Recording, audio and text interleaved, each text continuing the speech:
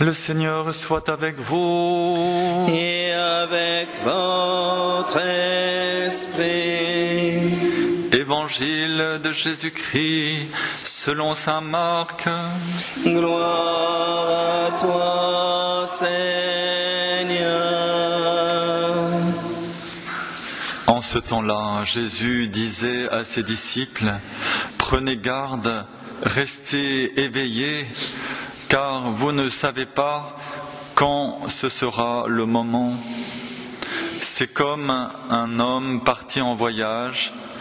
En quittant sa maison, il a donné tout pouvoir à ses serviteurs, fixé à chacun son travail et demandé au portier de veiller.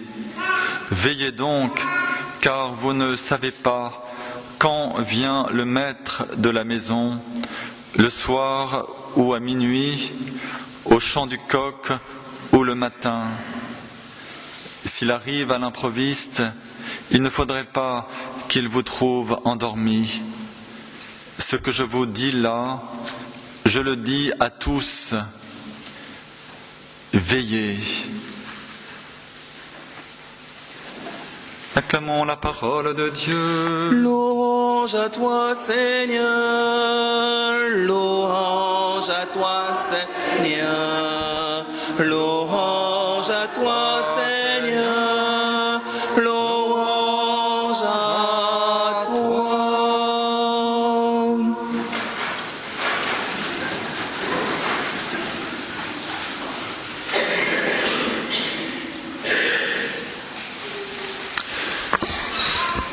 Cet évangile a un avantage certain, c'est qu'il est très clair. Je vous le dis à tous, c'est-à-dire pas seulement aux disciples, à tous, c'est-à-dire à chacun de nous, veillez. Donc si nous avons une chose à retenir de toute cette liturgie de la parole, un seul mot, veillez. On va sans doute y arriver. À retenir le mot veiller. Et puis après à veiller avec la grâce de Dieu. Veiller, ça signifie d'abord être éveillé. Vous me direz, c'est évident. C'est-à-dire, tout simplement, être. Être.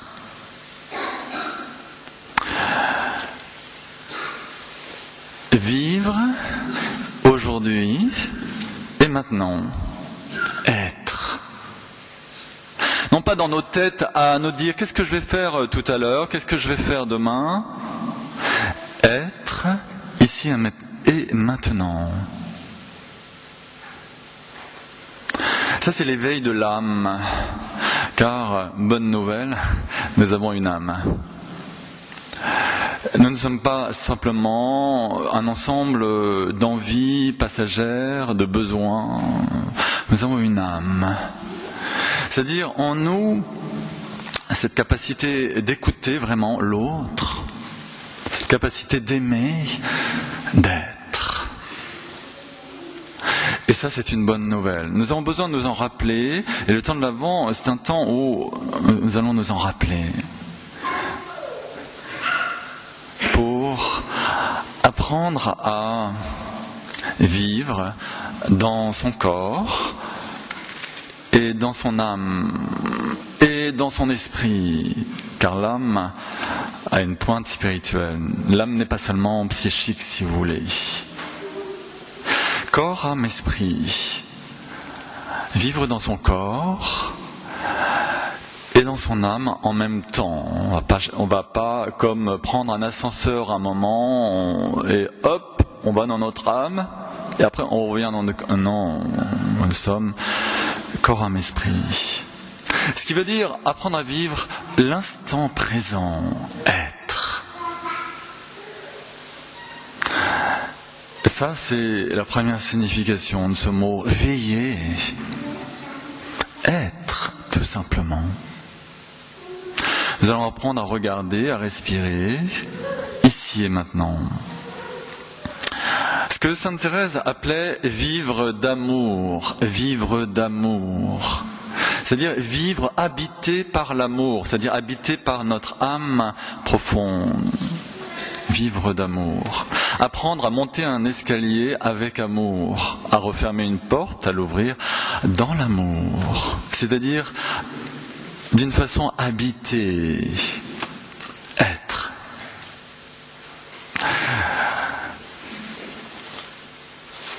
Veiller, c'est aussi non pas seulement s'éveiller à nous-mêmes dans notre vraie dimension d'être spirituel, mais aussi nous éveiller au réel qui nous entoure, ce réel qui est aussi. Et ce qui est encore plus réel que le réel que nous pouvons voir, c'est Dieu. Quoi de plus réel que Dieu? Il est celui qui est. Alors c'est vrai que la personne que j'ai à côté de moi, elle est réelle. Je la vois. Et Dieu qui est en elle, qui l'a marqué de son sceau, est vraiment réel. Il est. Et nous sommes l'argile. Nous l'avons entendu dans la première lecture. Nous allons nous situer devant ce réel, se situer devant Dieu. Nous sommes dans ses mains, comme l'argile qu'il pétrit. Pas toujours facile de se laisser pétrir entre nous. Pas toujours facile, surtout quand la main de Dieu pousse un petit peu plus par là, grâce à la main de je sais pas qui. Voilà, nous sommes l'argile. C'est lui qui nous façonne. Et Jésus nous dit dans Jean 15, « Sans moi, vous ne pouvez rien faire. » Il est. Nous éveiller à Dieu, c'est nous éveiller à celui qui est, qui était et qui vient. Il était. Nous éveiller à Dieu, c'est aussi nous rappeler des merveilles de Dieu. Il est bon, frères et sœurs, de nous rappeler tous les passages de Dieu dans nos vies. Nous avons rencontré Dieu, il me semble. Oui, vous me direz, moi j'ai pas eu d'apparition, j'ai pas eu... Oui, mais il y a peut-être un moment dans ta vie, ou plusieurs moments, où il t'est arrivé d'être heureux dans la prière, heureux dans la relation, heureux dans le réel. Et tu t'es dit à ce moment-là, tiens, il y a un je ne sais quoi de plus, comme dirait Saint Jean de la Croix, un je ne sais quoi. Et tu as mis un mot sur ce je ne sais quoi, c'est Dieu. C'est peut-être un tout petit moment dans ta vie. Nous éveiller à celui qui est, qui était. Lorsque nous faisons mémoire, et ça c'est le propre de la liturgie, lorsque nous faisons mémoire aussi des passages de Dieu dans nos vies et dans la vie du peuple de Dieu, alors c'est comme si, et c'est vrai, c'est comme si nous le rendions présent encore aujourd'hui. Vous savez, dans le judaïsme, le sabbat insiste beaucoup sur cet aspect des choses. On va faire mémoire au moins une fois dans la semaine de l'œuvre de création et de l'œuvre de rédemption. Non pas seulement parce que ça nous fait plaisir, parce que c'est un geste obligatoire, tout ça, bon. Non, parce que aujourd'hui et maintenant, nous allons vivre la création. Providence. Tu es dans ses mains. Il te façonne. Tu vas le vivre là, ici, maintenant. Et puis, la rédemption, il te sauve. Sans lui, qu'est-ce que tu es? Et qu'est-ce que tu serais? Enfin, veiller signifie nous éveiller à celui qui est, qui était et qui vient, car il vient. Alors, il y a des obstacles à nous éveiller à celui qui vient. L'obstacle, c'est